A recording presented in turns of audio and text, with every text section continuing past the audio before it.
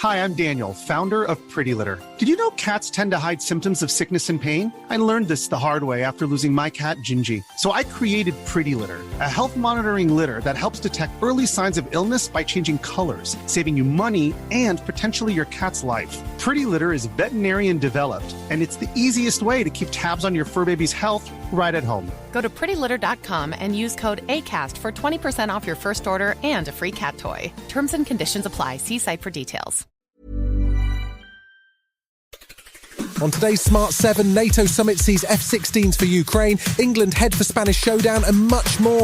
It's Thursday 11th of July, it's swimming pool day and happy birthday, Craig Charles. The Smart 7. It's news, but not the news.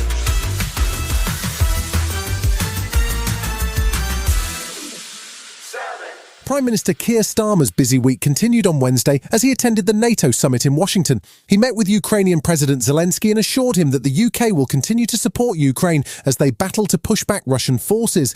And he also agreed to allow the UK's Storm Shadow cruise missiles to be used on targets in Russia. Meanwhile, with the NATO summit underway, there's been a new focus on defence spending, as new Defence Secretary John Healey declared that the UK will be the leading European nation in NATO under the Labour government. Speaking to the BBC, Minister for the Armed Forces, Luke Pollard says there's no question on the commitment to increase spend. The Prime Minister set out that we have this ironclad commitment to get there, but we will meet that commitment within our fiscal rules. We're not going to pretend, as the previous administration has done, that the money is there when it's not. New Shadow Defence Secretary James Cartledge says that in the current environment, any delay in increasing defence spending is not acceptable. We need to go to 2.5% and we need to go urgently.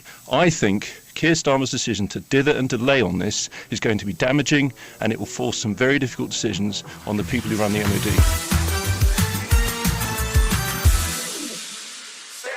The NATO summit in Washington was opened by US President Joe Biden, who made a crisp and to-the-point speech reaffirming the organisation's support for Ukraine and reeling off a list of new weapons and support.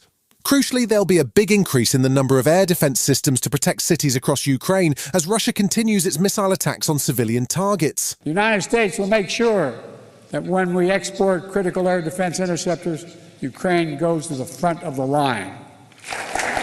But we'll get this assistance before anyone else gets it.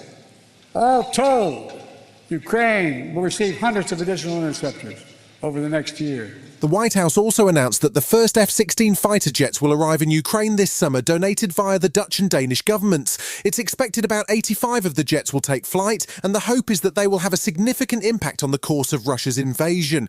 Outgoing NATO Secretary General Jens Stoltenberg says that the focus has to be on winning the war and that Ukraine is on an irreversible path to joining the alliance. There are no risk-free options in a war. And remember, the biggest cost and the greatest risk will be if Russia wins in Ukraine. We cannot let that happen.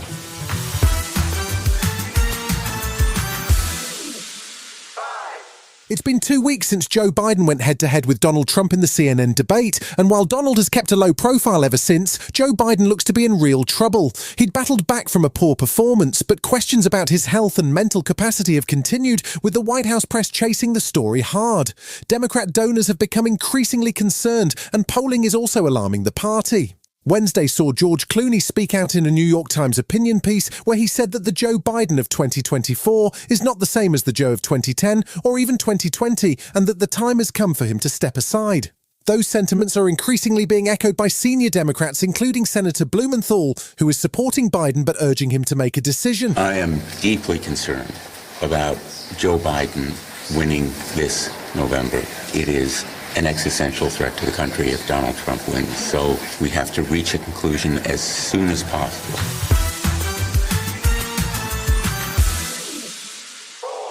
The trial of actor Alec Baldwin got underway on Wednesday in front of a jury in New Mexico. Baldwin is accused of involuntary manslaughter over the shooting of cinematographer Helena Hutchins on the set of movie Rust in 2021.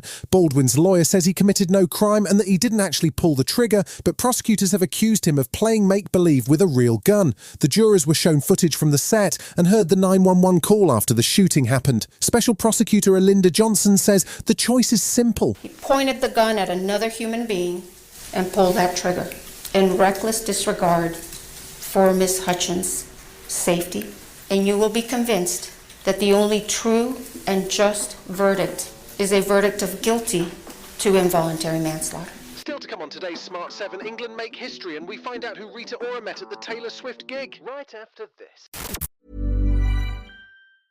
Ryan Reynolds here from Mint Mobile. With the price of just about everything going up during inflation, we thought we'd bring our prices down. So to help us, we brought in a reverse auctioneer, which is apparently a thing. Mint Mobile Unlimited Premium Wireless. How to get 30, 30, bit to get 30, bit to get 20, 20, 20, bit to get 20, 20, bit to get 15, 15, 15, 15, just $15 a month? Sold! Give it a try at mintmobile.com/switch. $45 up front for 3 months plus taxes and fees. Promo rate for new customers for limited time. Unlimited more than 40 gigabytes per month. Slows full terms at mintmobile.com. Welcome back.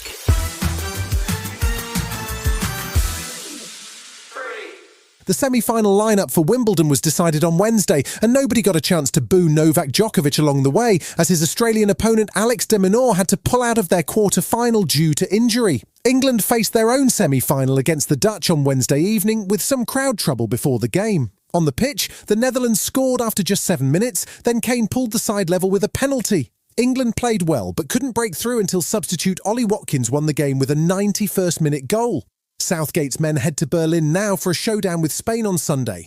Gareth was delighted to see his team make history with their first foreign final. It's another landmark, but the way that we played as well, we played so well throughout the game. It was a complicated game. They kept changing. We had to keep changing how we were defensively especially. But I thought we caused them problems all night, and the end is so special for the squad. Rita Ora says she's enjoying her villain era, as she's just wrapped filming on the Disney Descendants movies. She plays the evil Queen of Hearts in the 4th movie in the series, and she loved the chance to unleash her wicked side. She popped up with Jimmy Fallon to chat Disney movies, her secret wedding, and the fact that she got to see Taylor Swift live on the Eras tour in Australia with bestie Katy Perry. We were in Australia, and obviously everyone in the world has seen the Eras tour, so I went, obviously, and I really wanted to just hang out, and I saw Katy, and it was so crazy, because I guess when there's multiple people together, it almost amplifies, the energy, and then you walk around thinking you're bigger than you actually are. No.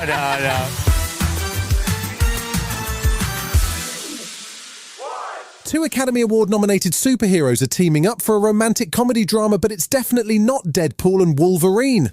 Andrew Garfield and Florence Pugh are set to star in the new A24 movie We Live in Time, directed by John Crowley, who brought us Intermission and Brooklyn. It tracks a couple across 10 years from the moment they first meet, and it has a surprise twist to keep you on the edge of your seat. It's due to premiere at the Toronto Film Festival. Whether we like it or not, the clock is ticking. What's the rush? Because I'm worried that I am about to fall in love with you. I'm okay. It's okay, honestly. It's okay not to be okay. It's a lot. You've been listening to The Smart 7. We'll be back tomorrow at 7 a.m.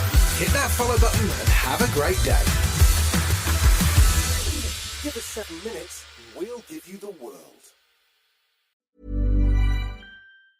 Hi, I'm Daniel, founder of Pretty Litter. Did you know cats tend to hide symptoms of sickness and pain? I learned this the hard way after losing my cat, Gingy. So I created Pretty Litter, a health monitoring litter that helps detect early signs of illness by changing colors, saving you money and potentially your cat's life. Pretty Litter is veterinarian developed, and it's the easiest way to keep tabs on your fur baby's health right at home. Go to prettylitter.com and use code ACAST for 20% off your first order and a free cat toy. Terms and conditions apply. See site for details.